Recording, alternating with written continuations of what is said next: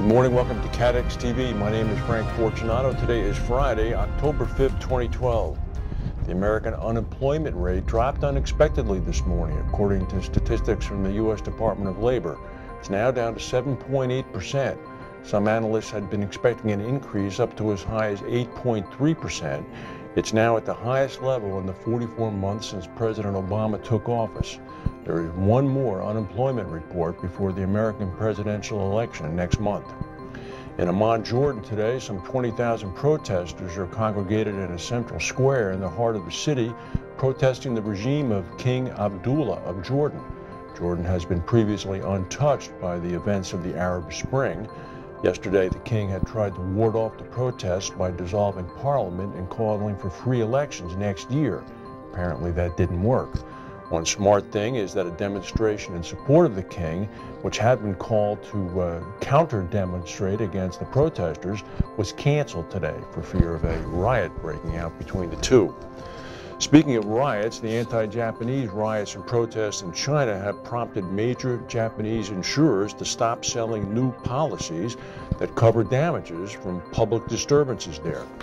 This is all a result of that territorial spat between those two countries over those uninhabited islands in the Pacific. However, Tokyo Marine, Sompo Japan, and Mitsui Sumitomo announced that they will no longer be accepting applications that will cover Japanese companies in China for damage done as a result of civil disturbances to their facilities. Reinsurers, too, are poised to raise their premiums. According to Swiss Re in Japan, there's a growing risk that a firm will be attacked just for being a Japanese company. We may increase reinsurance premiums. The total amount of money that has these three giants concerned, $125 million in U.S. in anticipated claims. What is the sense of having insurance if you're just going to cancel it when in fact the event occurs?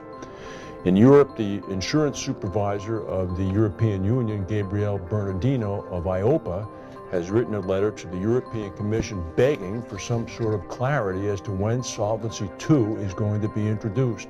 Solvency II is the overall regulatory framework for insurers and financial institutions. It's been delayed and delayed. Mr. Bernardino in a letter said, "We welcome the necessity to build a sound regime for long-term financial health, but we're seriously concerned about the lack of a credible timetable for when this regime will be implemented." The United States property and casualty sectors are doing very well in the first half of 2012. According to the Property Casualty Insurers Association, they saw their net income jump up to $16.4 billion from $4.8 billion. This is for the same period last year. The main driver of this is a drop in claims from about $26 billion down to about $12.5 billion. Global insurance pricing continued to increase a little bit in the third quarter, according to the big broker Marsh. Financial and professional insurance rates were up by about 1.9%. Property insurance went up a modest 1.2%. Financial institutions in most European countries saw an increase in their liability insurance rates of about 2%. In China, director and officer rates typically fell by about 5% on renewal, attributed partly to the decrease in enthusiasm amongst Chinese companies to become listed on American stock exchanges. That big earthquake in Italy in May in the Emilia-Romagna region of the country apparently has now been tabulated to cause about $6.2 billion U.S. in economic damages. That's amazing. That earthquake just came and went and nobody talked about it.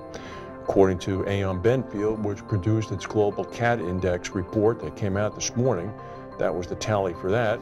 Also, in some other events that we reported on that quickly went out of the news, severe rainstorms in China back in May caused about $2.7 billion in economic losses.